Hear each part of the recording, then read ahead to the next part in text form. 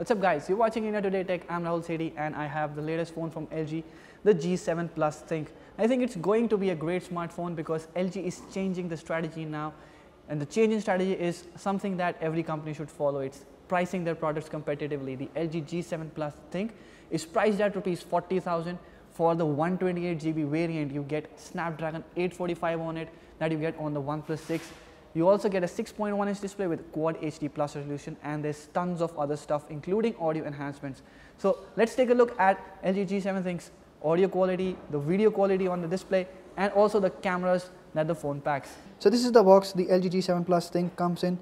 At the back you'll see the DTS logo is shining and there's nothing else written. On the right side you'll see the Google Assistant logo, 128GB tag and the Qualcomm Snapdragon tag at the bottom. And now let's quickly take the box out of the wraps. You'll probably want to take a look at the full specs of the phone before we put it out of the box. So let's take a look at the full specs. It has a 6.1-inch display with QuadHD plus resolution. It's an IPS panel with about 83% of screen to body ratio and over 560 ppi of pixel density. On the top there's Corning Gorilla Glass 5. Under the hood the phone runs Snapdragon 845 with 6GB of RAM and 128GB of storage, which is also expandable via microSD card.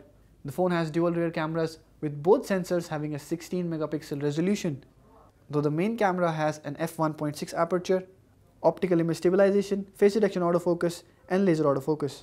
At the front there is an 8 megapixel camera with f1.9 aperture that can record full HD videos. The audio on the phone is powered by Dobly. There's aptX HD and Bluetooth 5.0. and the other features like dual band Wi-Fi and DLNA.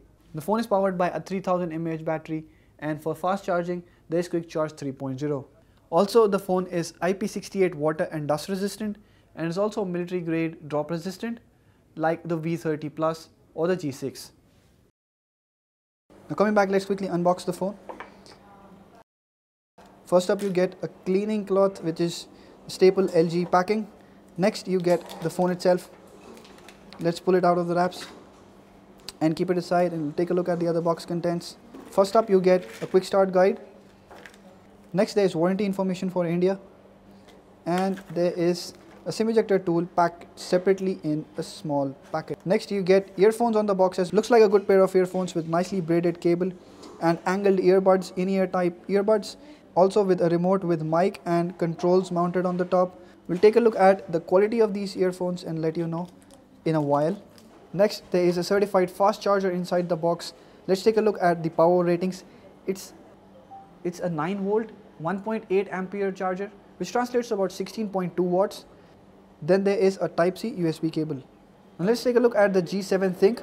It has a glass and metal design and a notch display at the front, but I like the fact that it's not very big, unlike OnePlus 6 that is slightly bigger than this, and many other phones that try to pack a bigger display after using a notch style. Though it's not very small like the iPhone 10, but it's not very big either. I think I'll be able to use it with one hand. Now let's take a look at the ports you get at the bottom.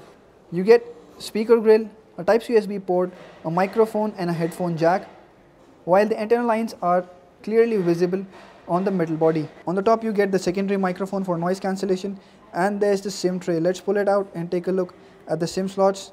You get a hybrid SIM slot with an option to expand the 128GB of storage if you're willing to sacrifice the SIM too. Okay, on the left you get a volume rocker split into two, and there's an extra button which is a dedicated AI button like the one you find on Samsung phones. On the right you get the lock button, which is quite easily reachable and very tactile like all other three buttons. On the back you get the fingerprint scanner and dual camera setup with sensors on the left, which are probably the laser autofocus sensors, and there's also a single LED flash. The phone has a beautiful dual tone finish. In absence of light you will see it's pitch black, but if you view it in light a bluish hue appears, which looks quite nice. On the notch you get the ambient and proximity light sensors, the front camera and the earpiece. After setting up the phone, you are greeted with the LG UI that is practically the same skin we saw on the G6 and the V30 Plus, only optimized for the notch.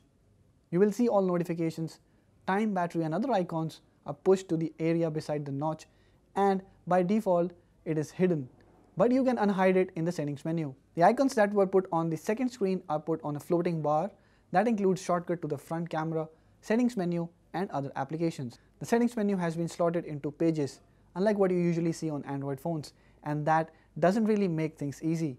Every page has tons of other options to find things from. The search button at the top is a saving grace.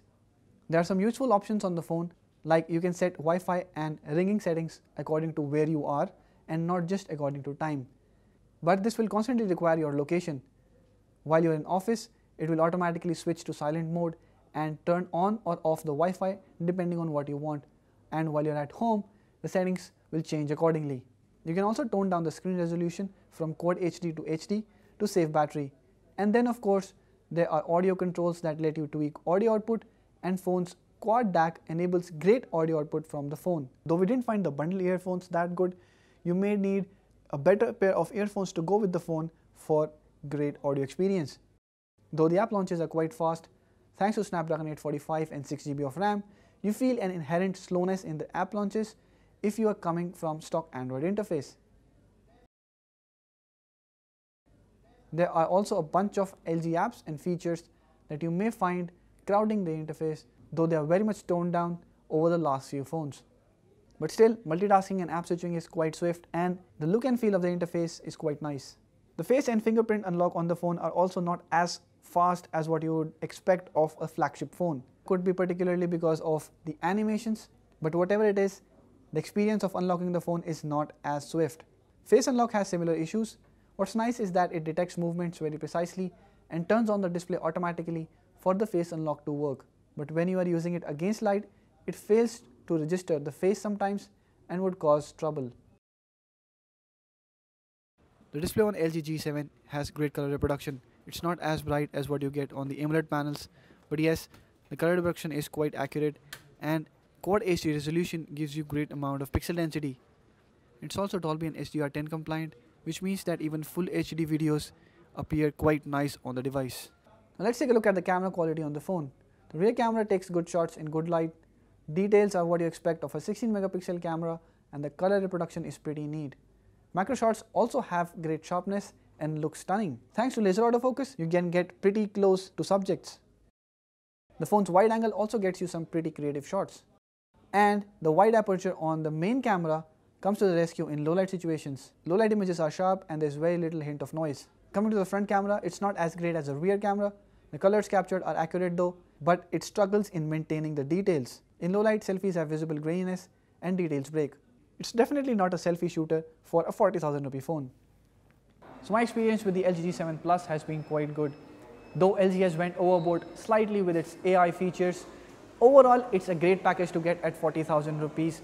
And right now we think if you compare just the specs, you get waterproofing, slightly better cameras and QuadHD display to go with compared to other phones in this price segment, especially the OnePlus 6. But in the coming days we'll be thoroughly testing the interface, the cameras and the battery on the phone as well. So stay tuned, subscribe to our channel, and also watch out for comparison videos that we'll be doing with the OnePlus 6.